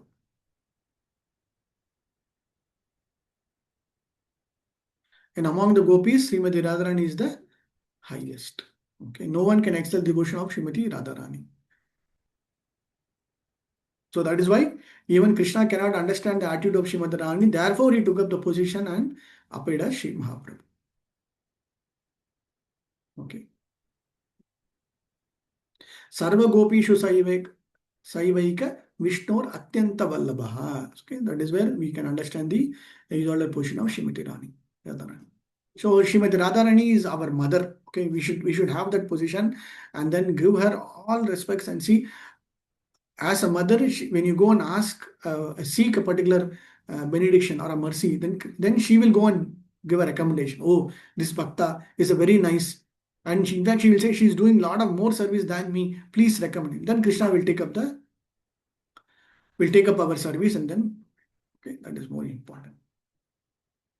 Therefore, everyone interested in Krishna consciousness should ultimately take shelter of Srimati of Radha Kund and execute devotion service throughout one's life. This is the conclusion of Rupa Goswami's 10th verse. Okay. Clear?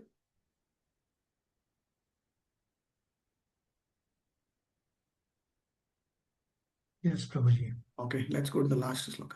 So bhakti, a progressive hierarchy. So Srimati Radharani is highest, then the gopis, the bhaktas, then the jnanis, karmis, and the last was the vikarmis. So vikarmis, karmis, jnanis, bhaktas, and gopis.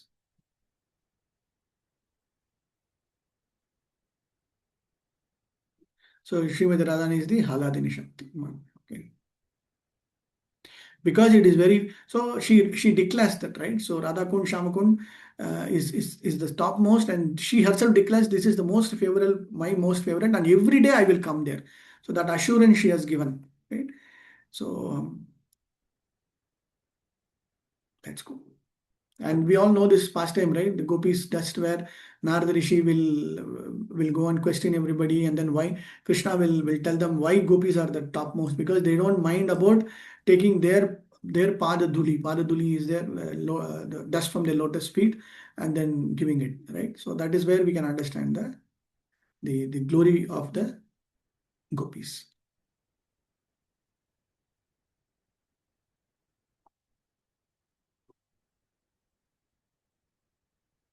And Uddhava, we all know, right? Uddhava, when he spends some 6 months in Brajabhumi, then he understands the exalted position of Srimati Radharani and the gopis also. Okay, let's go to the last sloka. So what should be our focus is more important. We take shelter of the holy place. That is more important. Okay. So from a normal karmis, slowly we need to get into jnanis, then into bhaktas, then we'll be able to serve the Supreme Lord.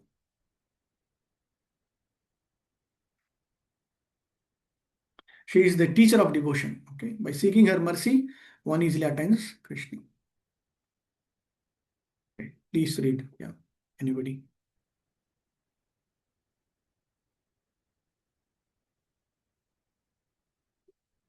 Hare Krishna. The 11th and final verse of Sri Updeshamrita serves as the crown jewel of the entire book. It describes the rare opportunity and the immense spiritual potency of Radha Kund, concluding the instructions with a call to the highest form of devotional service. Title: The Rarity and Glory of Service at Radha Kund. The Sanskrit verse key factors: Krishnaya Chohi Pranaya Vasatiha Prayasi Bhayo Pi Radha Kundam Chaya मुनिभिर अभितः तदर्क एव वेद्ययत् प्रस्थैर अपि अलम असुलभम किबं पुनर्भक्ति भजन तत् प्रेमेण सकत अपि सरः संतो अविसकरति. Summary of the verse of the many object of favored delight and of all the lovable damsels of Braj, Srimati Radharani is the most beloved. Similarly, her lake Radhakund is equally dear to the Lord. Great sages says that even for great devotees, this place is very difficult to attain. It is even more difficult for ordinary devotee. However, if one simply bathes once in those holy water in the spirit of devotion, one's pure love for Krishna is fully awakened. Okay. Hare Krishna. Thank you, Prabhu. Yeah. Can read this also, this important sections also. Yeah. Key point from Srila Prabhupada purport: the highest form of love, Gopi Prema. Srila Prabhupada explained that Krishna's love for the Gopi is not mundane lust, it is the highest form of spiritual exchange. Within that circle, Radharani is the center. Consequently, Radha Kund is the most exalted place because it is none different from Radharani herself. Second, the rarity of the opportunity.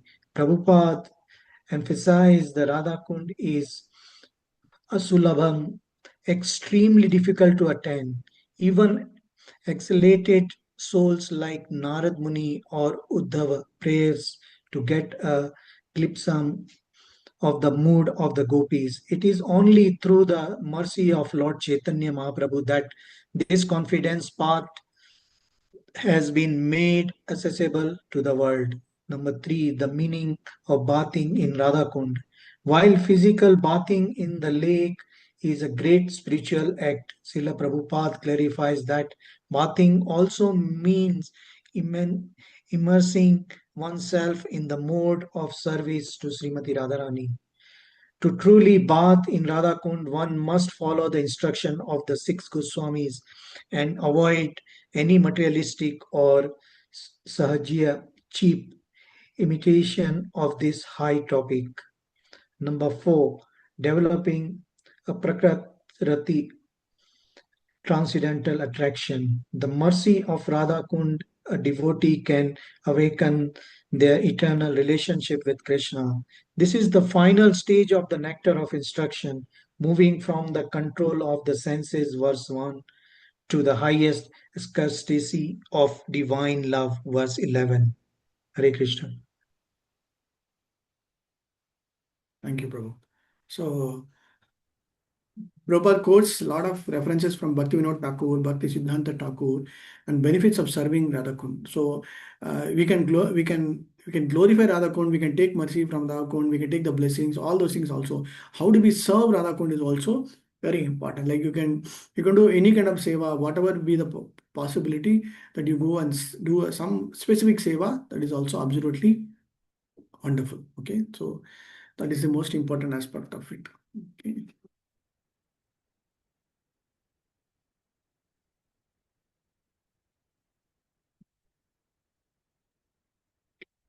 And Prabhupada quotes about Brajavilas Tattva by Raghunath Das Goswami. Bhagavatam also talks, 10th canto, 30th chapter. This also talks about very specifically about that.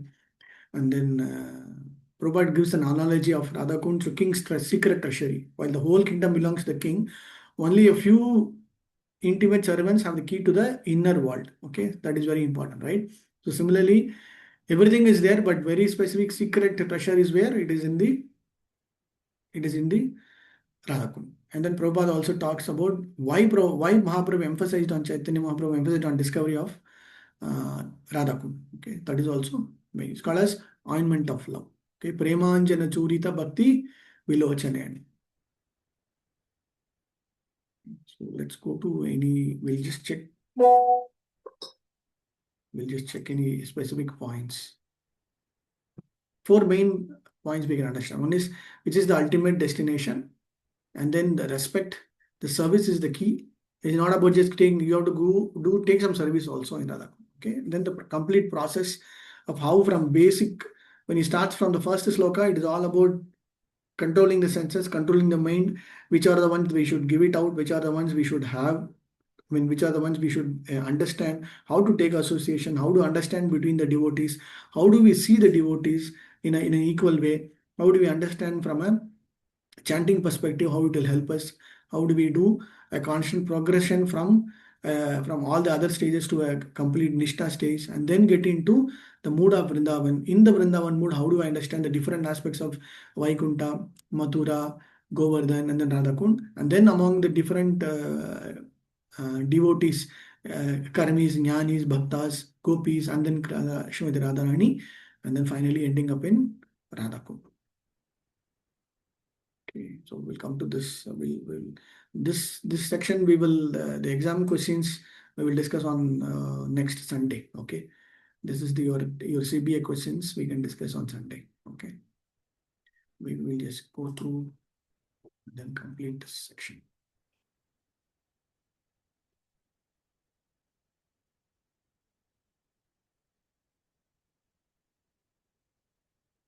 Yeah, why is Radha? Please read this. Okay.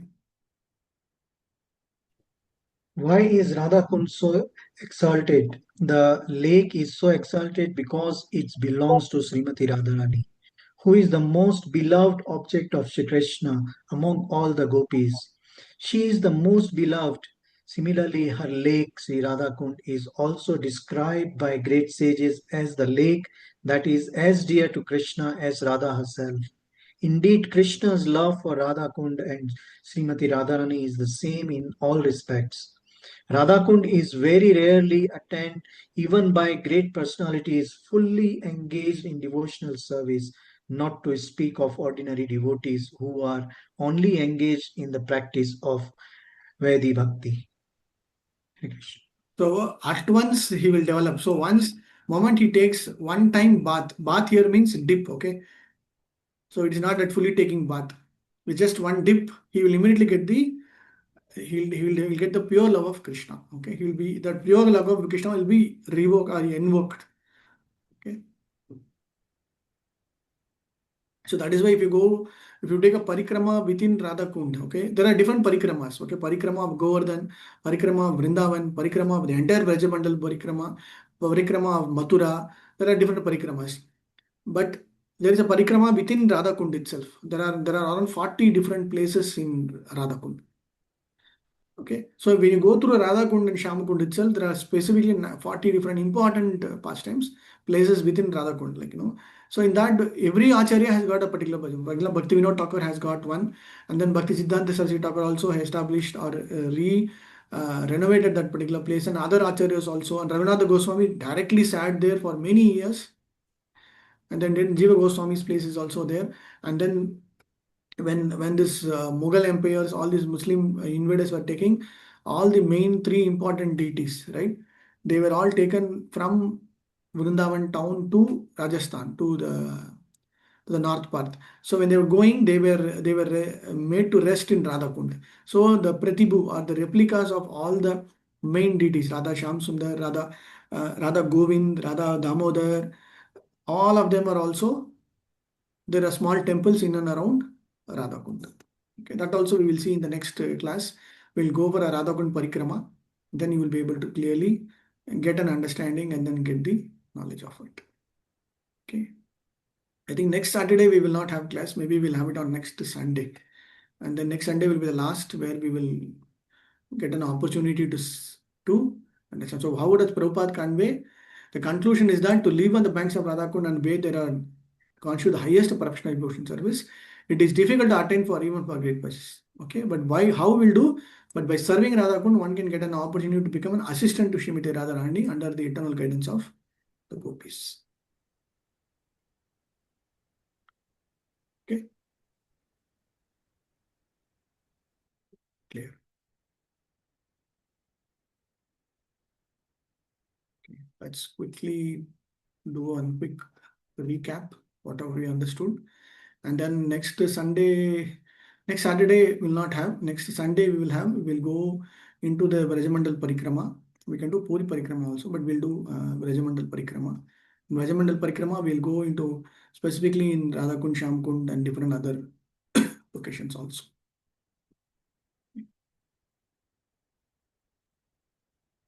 We'll have a quick recap and then we can stop here for today.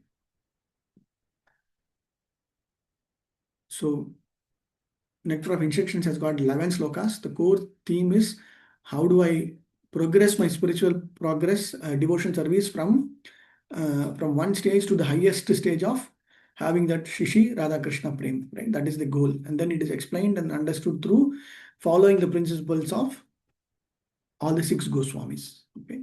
And most importantly, in all the spiritual affairs, first duty is to control the mind and senses. That is the most important thing. Okay. And then advancement of a Krishna consciousness, advancement of a particular devotee depends upon the attitude of that particular person. And then who is a Goswami, right? That is also very important to understand that particular portion. Okay. The do's and don'ts will start. We'll talk about the Vacho Vegam, Manasa Krodha Veham, Jigva Vedam, the Vegams, how to control the urges of the 6 main important urges. Jigva, Udara, Upastha, Krodha, and Mana. All those things we have seen in the first sloka. And then in the second sloka, what is the things that we should control or we should try to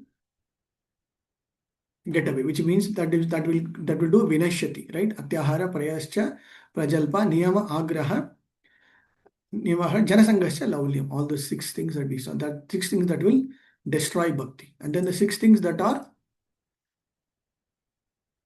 that will grow or that will help us to grow in that. The 6 pillars of successful in bhakti. Utsaha, Nishchaya, Dairya, Tadat karma pravartana. Okay, sangatyagat sajo vritti. Sangatyagat is also very sattva vritti is the following the 6 acharyas.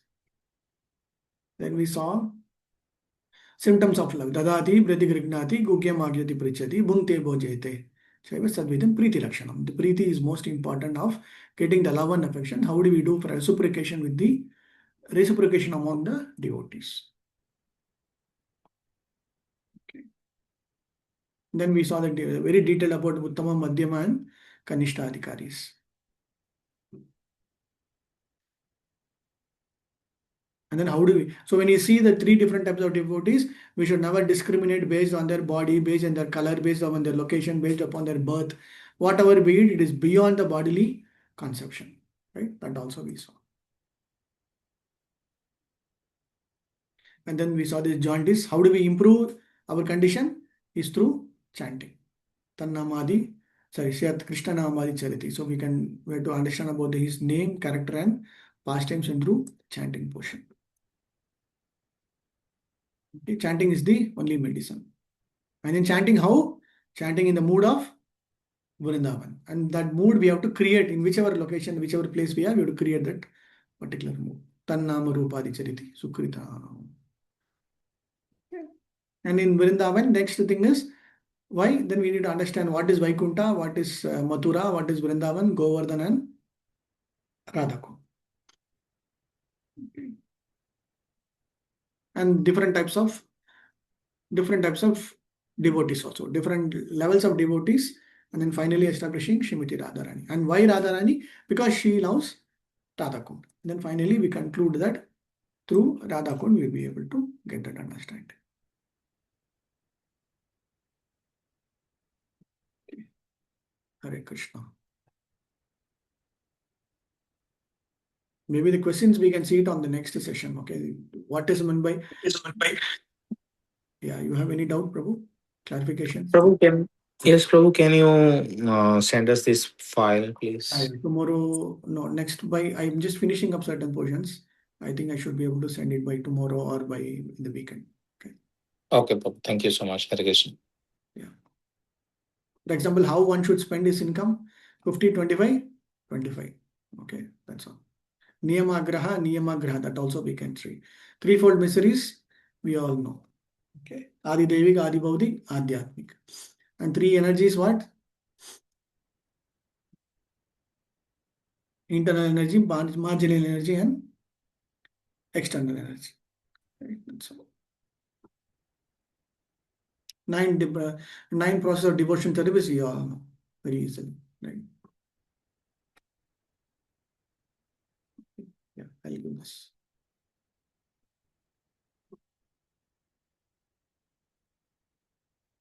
We'll stop here today. Any specific questions, clarifications? So next week we will have the exam. Next week we'll have the session on Sunday. Okay, like Saturday we will skip it out. Sunday we will have a 2-hour session just to understand the importance of Rajamandal Parikrama, Rajamandal Bhumi, conclusion of Radha Kund Parikrama, and then close it. Okay. It's an optional class. If somebody wants to skip it out, it's okay. But somebody wants to understand Rajamandal Parikrama, Rajamandal Bhumi, Rajamandal, then you will be able to join. Srila Prabhupada ki jai, Ananda Koti Vaishnava Jai. jai. Yeah, Jai. Prabhu. Vancha kalpatarubhyascha Hare Krishna. Hare Krishna. Thank you. Hare Krishna. Thank you, Prabhu. Thank you, Prabhuji. Hare Krishna.